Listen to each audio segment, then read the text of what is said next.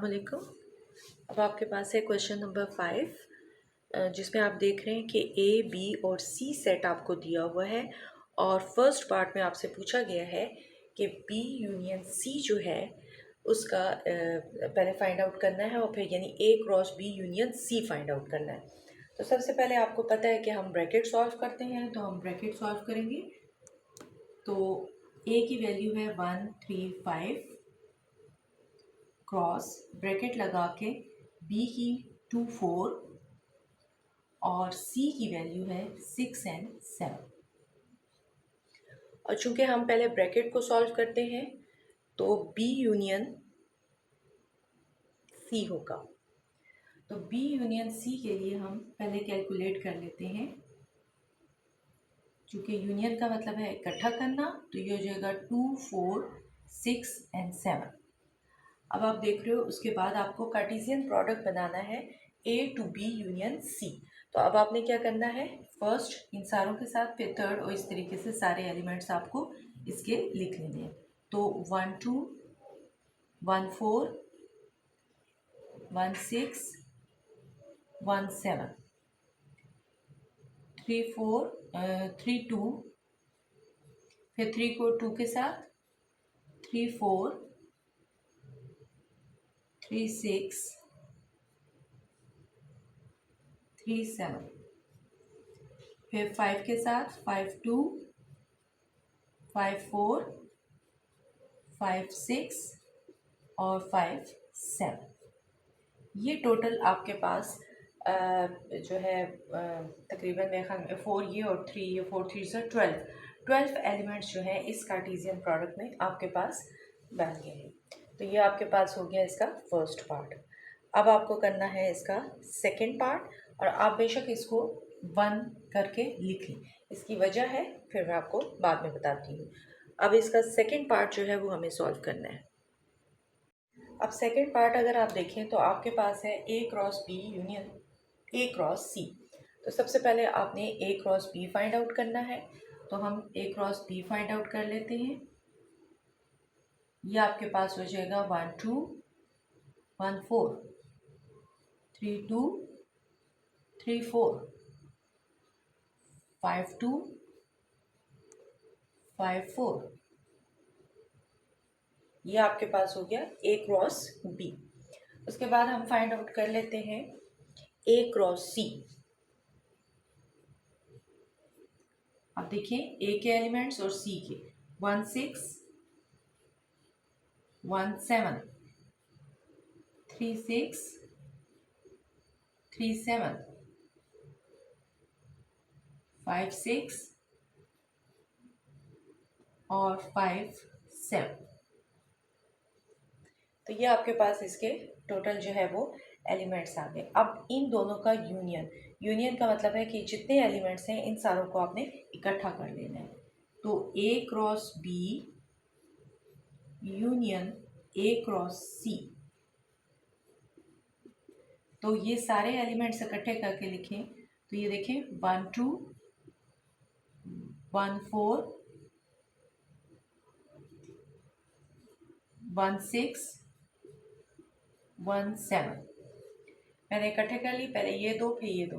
अब उसके बाद देखिए 3 वाले लिख लेते हैं। 3 2 3 4 3 6 and 3 7 5 2 5 4 5 6 और 5 7। ये आपके पास हो गए टोटल इसके एलिमेंट्स, और जिसको मैंने 2 कह दिया। अब आप अगर पिछले पार्ट में देखिएगा 1 और 2 दोनों पार्ट्स को अगर हम इकट्ठा करते हैं तो हमारे पास एक प्रॉपर्टी जो है वो वेरीफाई हो जाती है। इसके एलिमेंट्स देखें, 1 के साथ सारे हैं, फिर उसके बाद 3 के साथ हैं और फिर 5 के साथ हैं। तो इस तरीके से आपके पास ये सारे एलिमेंट्स जो हैं 12 के 12 आ जाते हैं। अगर 1 पार्ट को और 2 पार्ट को देखें तो दोनों इक्वल है, और जो हमारा थर्ड पार्ट जो है वो कंप्लीट करते हैं। अब थर्ड पार्ट में देखें वो इस चीज़ को वेरीफाई करने को बोल रहा है।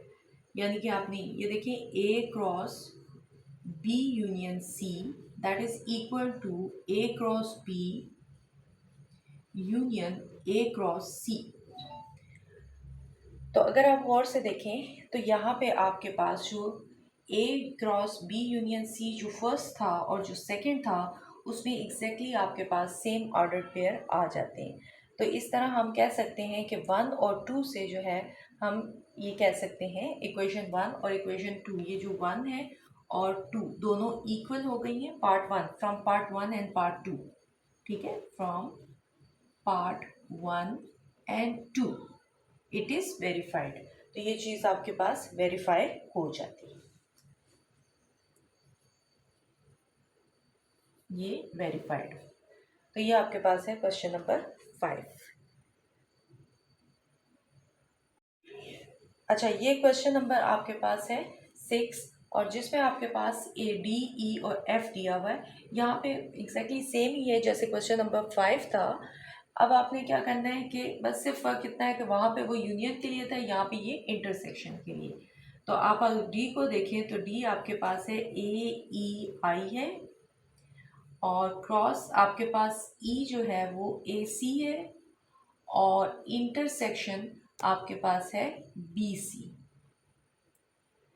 और जिसमें अगर आप देखें तो इन दोनों में कॉमन जो है वो C है, तो ये AEI और यहाँ पे आपके पास जस्ट C आ जाएगा। अब इनका हम कार्टेशियन प्रोडक्ट लेते हैं तो वो हो जाएगा AC EC और IC। तो ये इसका कार्टेशियन प्रोडक्ट हो गया फर्स्ट वाला। अच्छा, अब इसका सेकेंड पार्ट अगर आप देखें तो सबसे पहले आपको D cross E find out करना है। तो हम D cross E find out कर लेते हैं। A ये D और ये A ये आ जाएगा AC, उसके बाद EA और फिर आ जाएगा EC और फिर आ जाएगा IA और IC।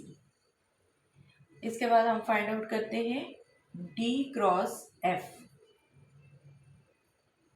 तो D क्रॉस F जो है ये D है और ये आपके पास F है, तो ये हो जाएगा AB और AC